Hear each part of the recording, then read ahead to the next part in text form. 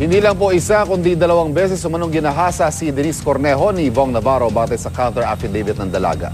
Sagot naman ng kampo ni Navarro, nagpapabago-bago ng kwento ang grupo ni Cornejo para tumugma sa inilabas na CCTV video ng condominium noon. Para itong report ni Salima Refra.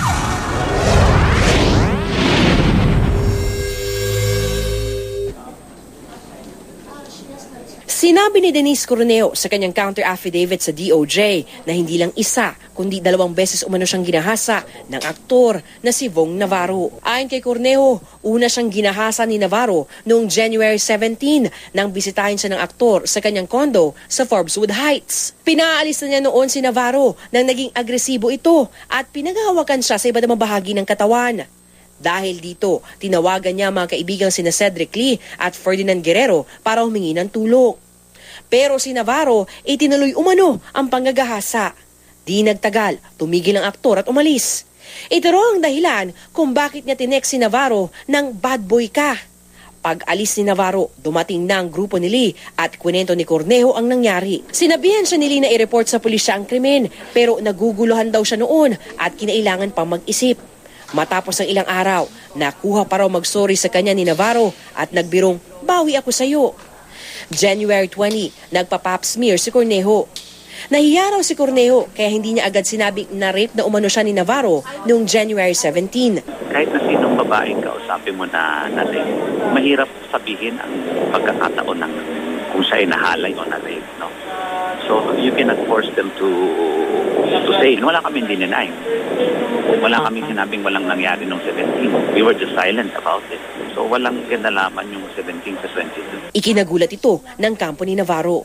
Kwestiyon din ng abogado ni Navarro ang pagpapapap smear ni Cornejo. I'm sorry to say, her allegation of rape on January 22 is an obvious lie. And her attempt to further say na merong naganap na paghahalay noong January 17 merely adds to her credibility problem and makes it even more obvious that she is lying.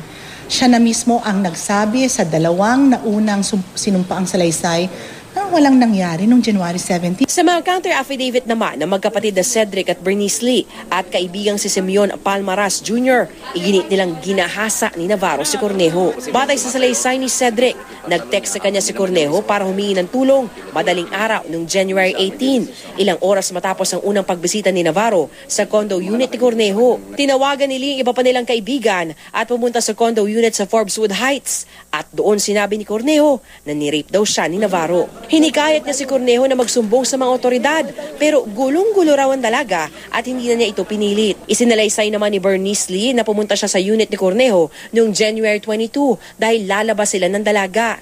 Pero nagutom siya kaya umalis. Pagbalik niya, ikwento na ni Denise na ni-rape na naman daw siya ni Navarro sa ikalawang pagpunta ng aktor sa condo unit. Sabi raw ni Denise, nasa may fire exit lang ang kaibigan nilang si Zimmer Raz kaya nasa kluluhan siya. Sa puntong ito, sinabi ni Bernice sa kapatid ang nangyari, kaya sinugod ni Cedric si Navarro. Pareho sa salaysay ni Bernice ang sinabi ni Raz sa affidavit niya.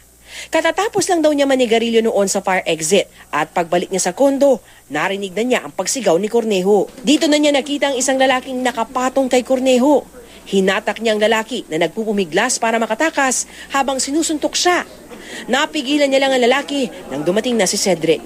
Itinali nila mga kamay ni Navarro at sinabihang inaaresto siya sa panggagahasa kay Denise at dadalhin sa pulis. Ang kampo ni Navarro naniniwalang desperado na ang kampo ni Lee.